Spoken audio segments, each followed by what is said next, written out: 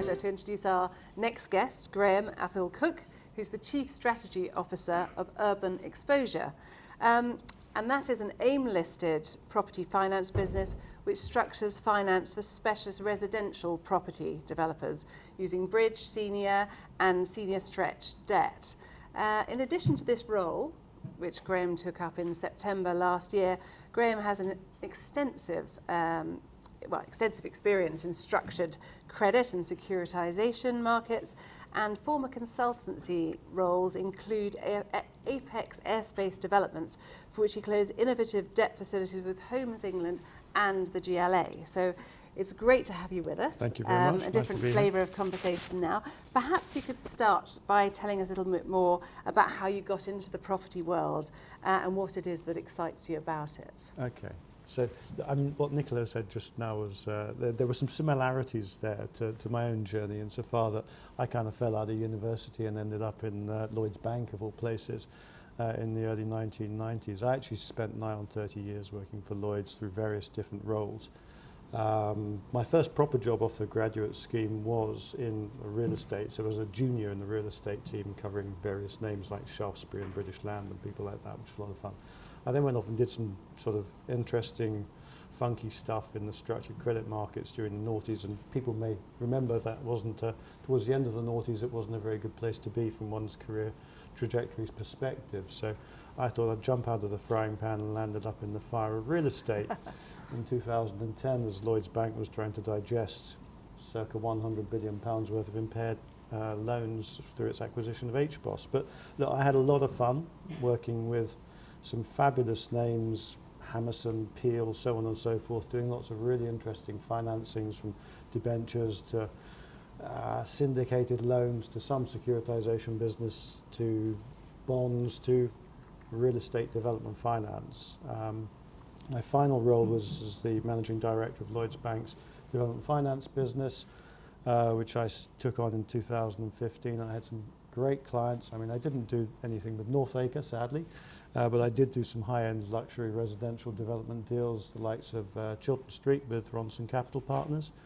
I had the privilege of working with people like George Jacobescu at Canary Wharf Group, and the Shell Centre redevelopment, Wood Wharf. So some really interesting transactions, complex transactions. And that's what gave me a bit of a buzz, because I mean, with money you're dealing with intangible. It's got, you can't feel it, you can't touch it, you can't live in it. With real estate, you live in it, you are surrounded by it, you work in it. And then you see how people actually put it together, and from the design to the planning to the construction, so on and so forth. It's fascinating. And so, I like the tangibility of real estate, and I like the fact that finance facilitates the delivery of real estate. And I think it's the same in terms of owning property as well, isn't it? I mean, there is something very tangible you can look at, you can... Absolutely. Absolutely. And so when I left Lloyds, I felt like I needed a change, and I did some work with Apex. And you've got one extreme is Lloyds Bank, which is 75,000 people, highly structured, highly regulated organisation, to a very entrepreneurial, fast-growth, startup, innovative development company that needed some help with its finance. And their model is basically dropping modular units on top of existing buildings, utilising roof space, using modular manufactured units to do that. And therefore, they're not in the land market. They're effectively dropping, increasing capacity and density on existing buildings, which is great.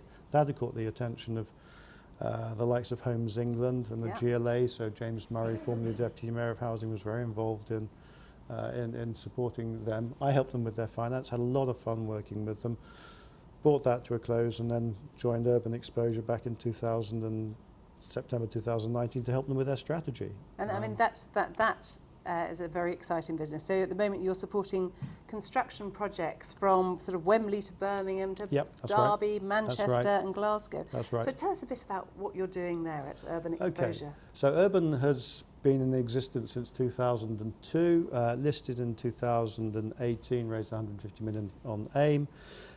Since it listed, it's written about £1 billion worth of real estate finance, development finance, but it's been very much focused on the affordable for sale residential marketplace. Now, look, my background is I'm a banker. I do real estate finance, and actually that's akin to what urban exposure does. It does real estate finance, but it's narrowed its range of activity. And indeed, yes, it's done some reasonable sized deals, but I think if you do a small deal, it takes just as much time as doing a big deal, and the big deal actually can be much more facilitative and much more interesting, and you can make and deliver more value through those.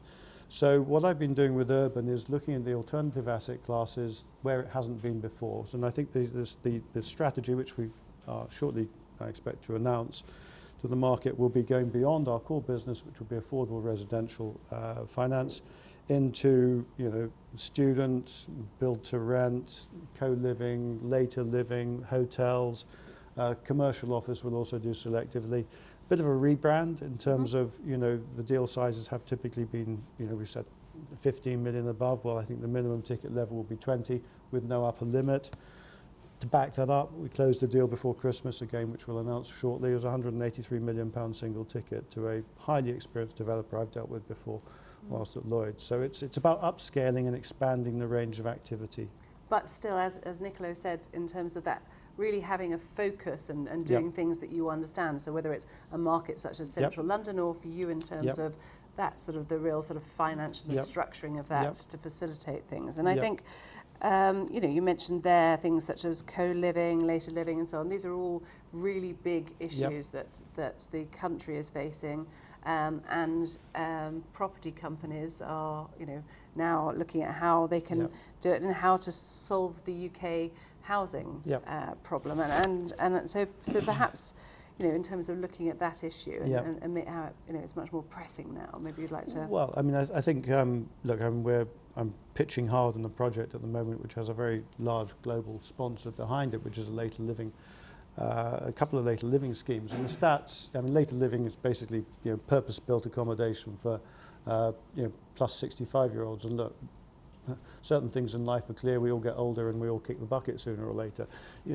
But hopefully much later. Absolutely. I think the stats are that the over 65s population in the UK will grow by something like 1.7 million over the next 10 years. If you think about the alternative elsewhere across the world where they have specialist later living, in New Zealand the market size about 5%, US about 6%, Australia around about 5%.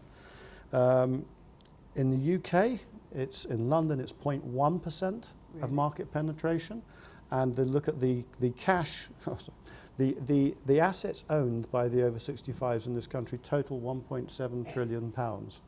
So just going 1.7 trillion. So just going from 1.01% to 5% is a massive market opportunity, and that's not even, that's just the scale of the market. But then when you actually think about, actually building fit for purpose accommodation for people who, might need a slightly reconfigured flat, who actually want to get into an environment where they are not stuck in a big house on the edge of a village somewhere, for example.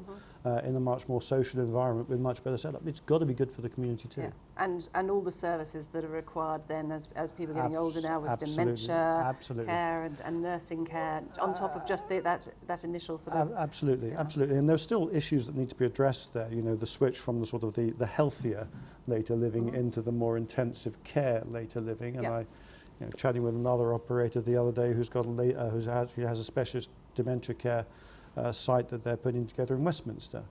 There are 100 dementia beds in Westminster alone, and that's it. Extraordinary. So it is extraordinary. There's a massive market need there. Yeah, and so there's that need. But did you not think that the sort of the land availability and the planning permission issues are not greater than the lack of development finance? Yeah, no, I mean, I think it was the Federation of Master Builders, I think, came up with a survey late last year, and yes, land, planning and finance in that order were the most pressing issues they saw for the industry. Yeah, absolutely, and hopefully the government will do something positive. Certainly the Secretary of State has announced that in the white paper or green paper, get it mixed up, a review of the planning controls, but we don't know what that means yet. There was an article in the Times yesterday about shaking up local authorities' ability to control planning. Don't know what that means yet. We hear more government land and is coming into the system. Fine, good, but you know, there still needs to be more. So they're all challenges. Yeah. And all need to be unlocked. If I look at, and we regularly undertake research into what the competition is doing, I think, again, we have to formalise this, but by our stats, we wrote 500 million last year. That is more than anybody else in the market. When I was at Lloyd's, I wrote about $1 billion in a year. Now, they haven't been present, frankly. No. So you actually have a lot of liquidity coming out of the market, particularly from the clearing banks, and a lot of it's due to appetite, cost cutting, so on and so forth. So yeah, finance is a challenge, but there are still a lot of operators that are there to provide the market with what it needs.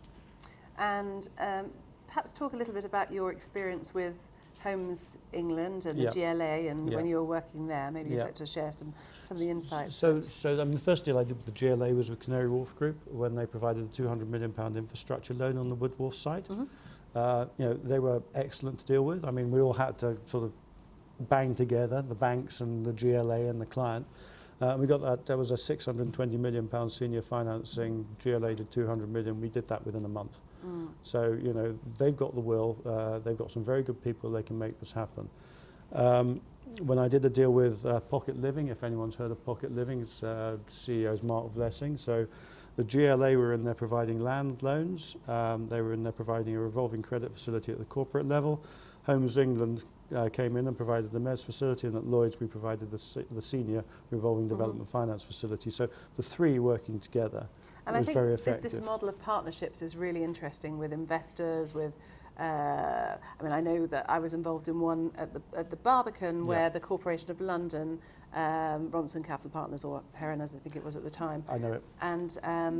And the corporation all work together, Guildhall School of Music and Drama, to develop something. And I think there are great opportunities for investors, for debt providers and so on, to really partner more than ever, because as you say, of the lack of sort of availability of through the traditional routes. And now my daughter's studying at the Guildhall School of Music and enjoying the facilities, so it's absolutely perfect. And I'm on the board of the Trust at the Barbican, so it works for everybody. We get to use it as well. So in terms of the build-to-rent sector as a growth sector, I mean, I think everybody here would be interested in terms of how you believe it can transform the UK market. I mean, it's significant in the USA, but cultural attitudes are quite different in the UK to owning property. So, I mean, what do you think about this, the build-to-rent sector? I heard Esther McVeigh speak at the Welsh Resi conference in September, and she was being asked the question, well, so you've got lots of investors in the room, build-to-rent investors, what do you say to them? And she didn't really answer the question, frankly. It was very disappointing. So come on, you don't disappoint us. No, I mean, her focus was so much on, help to buy and, selling kit to residents, because typically, to buyers, because they will typically vote Conservative, and that was really where it was at. Actually, there is a massive, I think the latest figures were released actually today. Of 300,000 units needed per annum, only 153,000 were delivered. So you've still got 147,000 shortfall on a per annum basis being delivered into the UK marketplace. Now, these homes need to come from somewhere. And I think, Esther McVeigh, well, she's no longer doing that. I think with the likes of Eddie Lister sitting alongside Boris Johnson, who's the ex-Homes of England head, people like that are very, very focused on making sure that units are delivered. So when you look at Quintain, they closed the financing with Goldman Sachs, bugger, I missed that one, I'll get them next time, on a big BTR scheme up in Wembley recently. They're doing a great job. I know I've met with Greystar. Greystar are getting great occupancy in their buildings. I was with Michaela Hancock, who's their development MD, just before Christmas. It took them 6 months to fully let up a building down at Canary Wharf, and it's got workers in there, it's got students in there. I mean, the fact is there is so much demand I think for quality Savills, product. Predicted that it's or talked about it being a £550 billion market. So, absolutely. I suppose it doesn't really matter that it's the USA is an even bigger one. There's quite. There's still a massive opportunity for it. And the other thing to think about is, certainly with there not being a Labour government, the threat of rent controls and has actually diminished, which makes it better for investors. Still a lot to do, but it's exciting. So in terms of the return of confidence to the market, I mean, it was sort of quite damp and before the general election. Also this week we've got the Brexit. I hadn't mentioned the B word yet, so thought I'd better. What do you feel? I mean, about 2020 and the next sort of 2 or 3 years. Well, I think, and look again, as Nicola rightly said, there's a lot to be done between the 31st of January and 31st of December, and I think we're cautious about that. However, in saying that, we've got a lot more interest and have seen a lot more opportunity since the election. The pipeline's looking around about £1 billion worth of opportunity at the moment, which is absolutely fabulous. So, we are supported by investors. We have a lot of positive calls with investors at the moment about how they're looking at the UK. If I pick up some stats from elsewhere, I heard from CBRE's agency team in the final month post the election, so call it the final 2 weeks, they closed 25% of their 2019 revenue in that alone. So, it is absolutely extraordinary. So I think a lot of investors were waiting for, the certainty, the political certainty to be there. They've got it now, so hopefully that will be a positive for the UK market. And presumably that slight sort of feeling that there's still quite a lot to get done this year is a great opportunity for people in the market, though, because if you're focusing on things you know about, or you're working with people who have great product or whatever, then there is still a great opportunity, because the market isn't awash with everybody. So it's not so hot now that there isn't. No, I think people are wary, but Berkeley buying a site in central London for the first time in some years. So it just little straws in the wind hopefully will add up to a nice strong haystack. Brilliant. And on that note, thank you very much indeed, Graeme, and thank you everybody for listening to our little fireside chats. Thank you.